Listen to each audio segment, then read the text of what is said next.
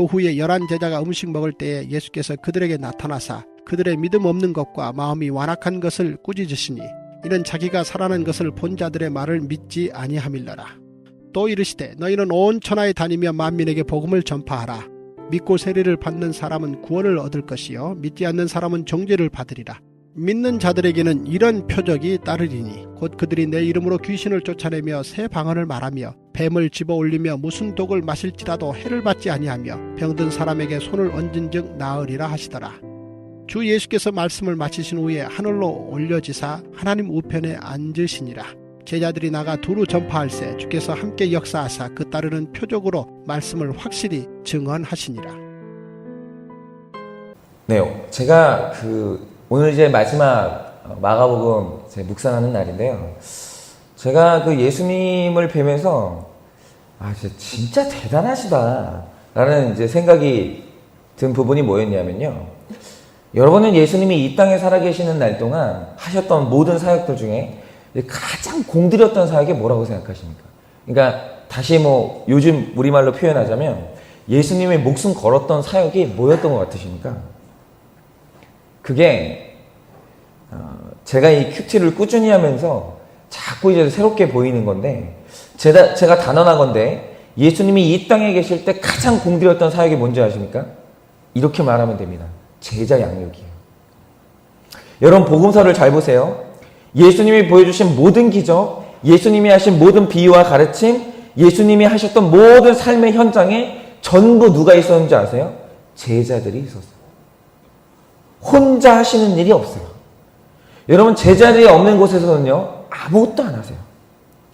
이게 뭐냐면요, 이건 단순한 기적, 단순한 강론, 단순한 치료가 아니고 전부 제자들을 양육하시려고 했던 것들이에요.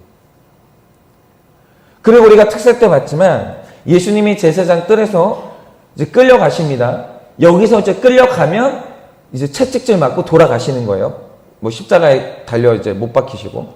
그런데 그 긴박한 와중에도 한 번 더 돌아보시면서 쳐다봤던 사람이 누굽니까? 제자예요. 베드로. 그 와중에 베드로를 한 번 더 쳐다보시면서 제자를 또 양육하시는 거예요. 끌려가시는 와중에. 그리고 오늘 말씀을 보면 여러분 오늘 예수님께서 죽으시고 부활하셨습니다. 그런데 부활하신 예수님이 이 땅에서 마지막으로 40년을 더 머무세요. 그러면 40일 동안 이 땅에 이제 승천하시기 전에 40일 동안 있으시면서 뭐 하셨을까요? 제자 양육하셨어요. 마지막 40일 동안 제자들과 보내셨어요. 그러니까 예수님의 공생애를 보면 그냥 이렇게 생각하시면 됩니다. 첫 시작이 제자 부르시고, 사는 내내 제자 양육하시고, 죽으시면서 또 한 번 제자 양육하시고, 부활해서는 또 제자 양육하세요. 그리고 테텔라스타이 다 이루시고 승천하시는 거예요. 그러니까 예수님의 지상명령이 있죠. 마태복음 28장 19절 20절을 보면 여러분 문장 구조가 어떻게 되는지 아십니까? 지상명령에 이렇게 되어 있습니다. 너는 세례를 베풀고 가르치고 지키게 해서 제자 삼으라는 거예요. 그러니까 이 지상명령에 나오는 모든 그 명령이 다 분사예요. 근데 여기 나오는 유일한 동사 하나가 뭐냐면 제자 삼아라. 그러니까 자, 세례를 베푸는 일, 가르치는 일, 지키게 하는 일, 이 모든 일이 목적하는 바가 뭐냐? 제자 삼기 위해서요. 그러니까 너희가 앞으로 살아가는 날 동안 단 한 가지 가져야 되는 목표가 뭐냐면 너희도 제자 삼으라는 거예요.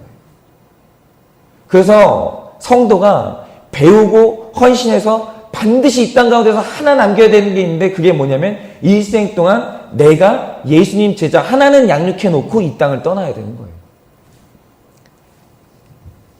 단언하건대 여러분들도 이 큐티를 하시면서 이 큐티의 목적이 뭔지 아세요? 제가 계속 말씀드리잖아요. 우리 비전은 뭐냐면 딱 1기만.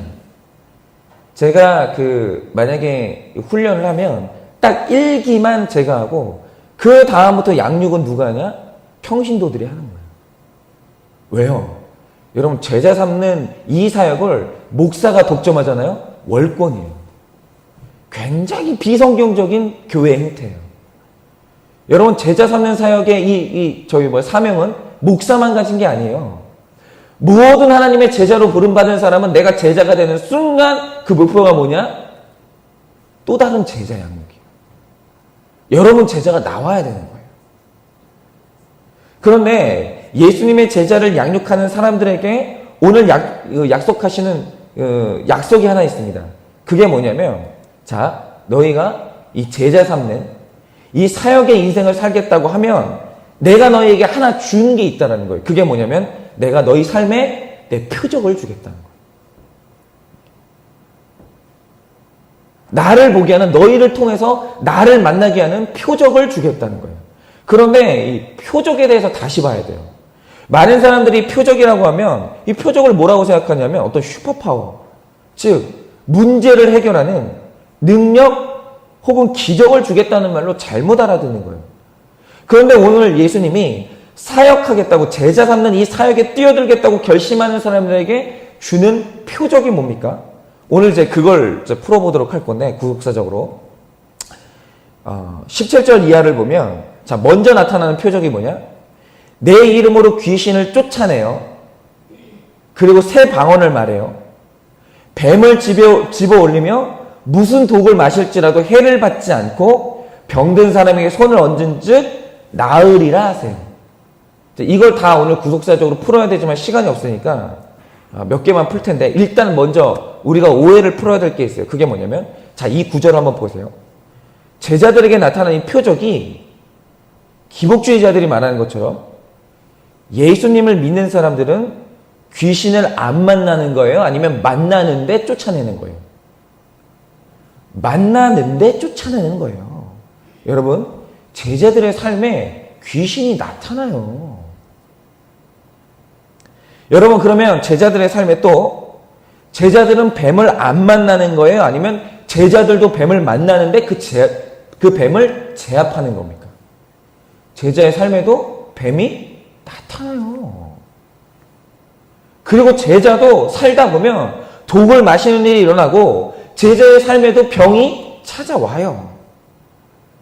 그런데 사람들이 제자들을 보고 예수님을 믿게 되는 그 표징이 뭡니까? 먼저 이 두 개만 풀어볼게요. 먼저 내 이름으로 귀신을 쫓는다고 하는데, 여러분 성경을 보세요. 이 귀신이, 중요한 사실이 뭐냐면 우리가 쫓아내야 되는 귀신이 내 안에 있는 귀신입니까? 남에게 있는 귀신입니까? 여러분은 어떤 사람이 이런 거 너무 많이 봤죠. 남을 보면서 저거 귀신이라는 거예요. 그러면서 그 귀신을 자기 삶에서 쫓아내는 거예요. 귀신같이 속썩이는 남편 쫓아내고, 귀신같이 말 안 듣는 자식 쫓아내고, 귀신같이 상처 주는 직장 쫓아내고, 이런 식으로 반난 남을 귀신이라고 하면서 쫓아내는 사람이 있어요. 여러분, 그렇게 다른 사람 안에 있는 귀신 쫓아내는 사람 보고 감동받으신 적 있으십니까? 여러분은 그걸 보면서 예수님의 모습을 본 적이 있으십니까? 저는 없는데요. 여러분, 성경 60년, 신약 성경을 보세요. 신약 성경을 볼 때 예수님이 귀신을 쫓아준 적이 있어요. 근데 단 한 번이라도 저한테 구절을 찾아주시면 좋을 것 같아요. 단 한 번이라도 자기 죄를 고백하지 않는 사람의 귀신을 쫓아준 적 있는 거 그런 구절이 있으시면 저한테 알려주세요. 여러분, 예수님이요, 유일하게 쫓아내지 못했던 귀신이 뭔지 아세요? 자기 죄를 고백하지 못하는 사람의 귀신은요, 쫓아낸 적이 없어요. 그건 예수님도 할 수 없는 일이에요. 여러분, 그래서 예수님이 하시는 말씀이 뭡니까? 구원받지 못한 사람들의 표징이 뭔지 아십니까? 자기 안에 들보는 보지 못하는데 남의 안에 있는 티끌은 보는 거예요. 이상하죠. 여러분, 그렇게 여러분, 남의 귀신 쫓아내고 다른 사람 안에 있는 귀신을 보는 능력은요, 초등학생도 하는 거예요. 그 불신자들도 할 수 있는 거예요. 여러분, 그거는요, 표징이 아니에요. 이 세상에서 제일 능력 있는 표징이 뭔지 아십니까? 내 안에 있는 귀신을 발견하고 내 안에 있는 귀신을 쫓아내는 그 회개. 여러분, 그게 바로 사람들이 나를 통해서 예수 그리스도를 보게 되는 표징이에요. 가장 강력한 능력이에요. 이거보다 놀라운 능력은 없어요. 여러분, 날마다 예수님 말씀을 큐티하면서 가족 앞에서 내 죄라는 귀신을 쫓아낼 때, 직장 동료 앞에서 내 죄라는 귀신을 쫓아낼 때, 교회 안에서 내 죄라는 귀신을 쫓아낼 때 바로 그때 사람들이 그 사람 안에서 예수 그리스도의 표징을 보는 거예요. 그리고 그 사람 앞에서 바로 사람들이 예수의 제자가 되는 거예요. 여러분, 제가 한일교회에 부임한 지 이제 4달 채웠습니다. 그런데 제가 한일교회에 와서 여러분 한 게 뭐가 있습니까? 솔직히 말해서 한 게 없어요. 한 게 뭐 있냐면 계속 강단에서 저를 십자가에 매달고 그냥 제 안에 있는 귀신을 쫓아냈어요. 여러분, 제가 언제 제 안에 있는 귀신 숨긴 적 있습니까? 제가 계속해서 성도님들 앞에서 제 안에 있는 귀신을 오픈했잖아요. 저는 말씀의 힘을 믿고 제 안에 있는 이 죄라는 귀신을 계속 오픈하고 쫓아내는 것만 했거든요. 그런데 너무너무 감사한 건 뭐냐면 제가 하나 원리를 배운 게 있어요. 그게 뭔지 아세요? 이상한 게 뭐냐면 사람들 앞에서 내 안에 있는 귀신 쫓잖아요. 그러면 이상한 게 남의 귀신도 나가요. 왠지 아십니까? 나는 내 죄만 봤는데 사람들이 나를 보면서 나의 죄를 보는 내 모습을 보면서 이상하게 자기 죄도 보는 거예요. 근데 이상한 원리가 뭔지 아십니까? 우리가 남의 죄를 지적하잖아요. 그러면 상대방도 내 죄를 봐요. 자기 죄를 보는 게 아니라. 이게 이상한 원리예요. 여러분, 교회 안에서 성령 충만한 교회가 뭔지 아세요? 다 자기 죄 보는 교회가 가장 성령 충만해요. 그런데 교회 안에서 미움이 가득하고 분열하는 교회의 특징이 뭔지 아십니까? 전부 다 남의 죄 봐요. 그거 이상해요. 근데 제가 요즘 진짜 소름 끼치는 게 뭔지 아세요? 어느 날 몇몇 성도님들이 와가지고 나도 자기 안에 있는 귀신을 봤다는 거예요. 자기 안에 있는 그 죄라는 귀신을 봤다는 거예요. 그리고 몇몇 성도님들이 자기 안에서 그 죄라는 귀신을 쫓아내는 권세를 가지는 거예요. 그분들도 예수님 제자가 된 거예요. 여러분, 바로 이겁니다. 내 안에 있는 귀신을 발견하고 내 귀신을, 이 죄라는 내 귀신을 쫓아내는 게 가장 큰 제자의 권능이고 사람들은 그걸 볼 때 감동을 받는 거예요. 그 권능이 뭐냐? 그게 바로 회개예요. 근데 끊임없이 회개하는 사람들에게 이상한 게 뭐냐면 어느 날 눈 떠보면 자기 제자가 있는 거예요.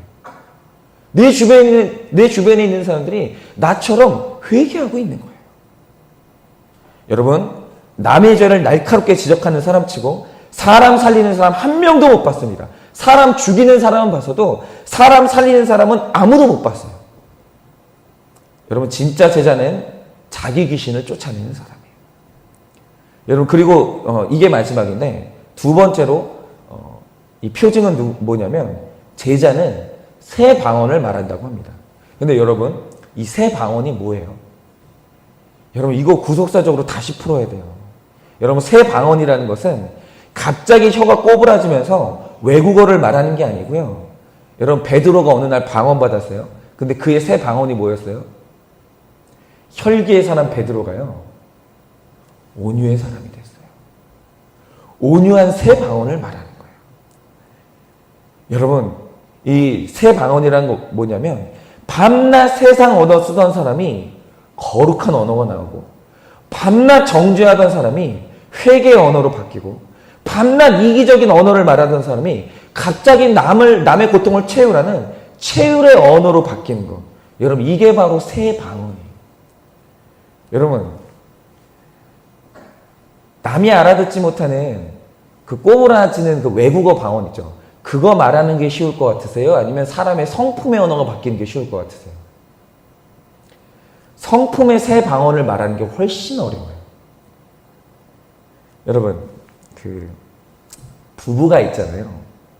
그런데 성경이 부부에게 요구하는 딱 한 가지가 뭔지 아세요? 언어가 바뀌는 거예요. 여러분, 아내는 남편에게 어떤 언어를 써야 되는지 아십니까? 복종의 언어를 써야 돼요. 그리고 남편은 아내에게 어떤 언어를 써야 되는지 아십니까? 사랑의 언어를 써야 돼요. 이게 바로 하나님이 가정에게 주신 하늘의 언어예요. 복종의 언어, 사랑의 언어. 그런데 여러분, 어떤 가정이 무너지는 가정인지 아십니까? 제가 가만히 보면요, 다른 문제에서 시작하는 게 아니에요. 언어가 타락할 때 가정이 타락해요. 여러분, 아내는 남편에게 어떤 이제 가정이 엮이는 가정이냐면 딱 가보잖아요. 그러면 아내가 남편에게 복종의 언어를 쓰는 게 아니라 이기는 언어를 써요. 와, 정말 아내들이 남편을 애들 앞에서 서슴없이 이렇게 부르는 거예요. 야. 그 애들한테 그렇게 물어보는 거예요. 야, 네 애비 어디 갔냐? 아니, 정말 있잖아요. 아내들 언어에, 요즘에 보면요, 아내들 언어에, 아니, 진짜 그렇게 말해요. 애들 보는 앞에서, 아유, 병신아. 아니, 정말, 요즘 있잖아요. 요즘 가정들 안에 아내들이 남편에게 복종의 언어가 없어요. 그리고 더 심각한 문제는 뭔지 아세요? 남편들은 아내에게 사랑의 언어를 안 써요. 남편이 아내에게 무관심의 언어를 쓰는 거예요. 여러분 이렇게 있잖아요. 언어가 타락하잖아요. 가정이 무너져요. 그런데 내 남편이, 내 아내가 언제 내 그 배우자 안에서 그리스도를 보게 되는 줄 아세요? 언제 내 배우자가 변했다고 인정하는 줄 아세요? 갑자기 나를 무시하던 아내가 복종이라는 새 방언을 말하는 거예요. 갑자기 나에게 무관심하던 남편이 사랑의 언어라는 새 방언을 말하기 시작하는 거예요. 여러분 바로 그때 상대방이 감동하고 제자 삼는 사역이 일어나는 거예요. 그래서 제가 오늘 이 말씀을 다 풀어야 되는데 시간이 없어서 여기까지 하려고 합니다. 그래서 오늘 이 설교를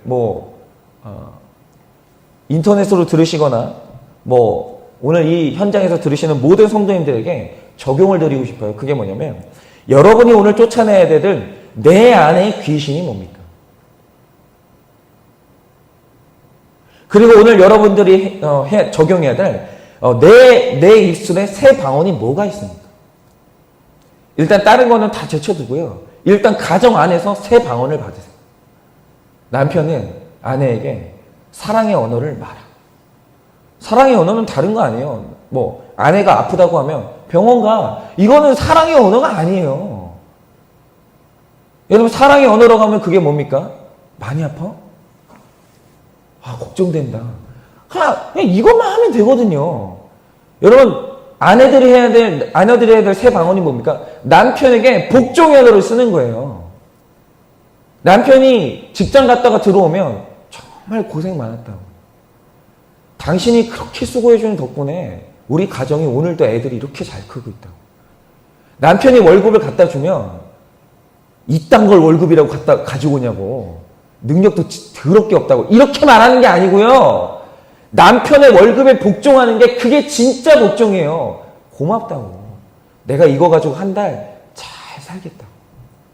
여러분 그때 감동받지 않는 남편이 있을 것 같습니까? 여러분 그때 내 아내 모습 속에서 예수 그리스도를 보지 못하는 남편들이 있을 것 같습니까? 없어요. 여러분 새 방언을 받으셔야 돼요. 정말 새 방언을 받으셔야 돼요. 천국의 언어를 받으셔야 돼요. 그러면 가정 바뀝니다. 100% 바뀝니다. 오늘 그렇게 오늘 말씀하신 이 권세를 다 받으셔가지고 오늘 하루 내 곁에 있는 모든 사람들이 그리스도의 제자가 되고 또 나의 제자가 되는 오늘 권능의 표징의 하루 사시기를 예수님의 이름으로 축원을 드립니다.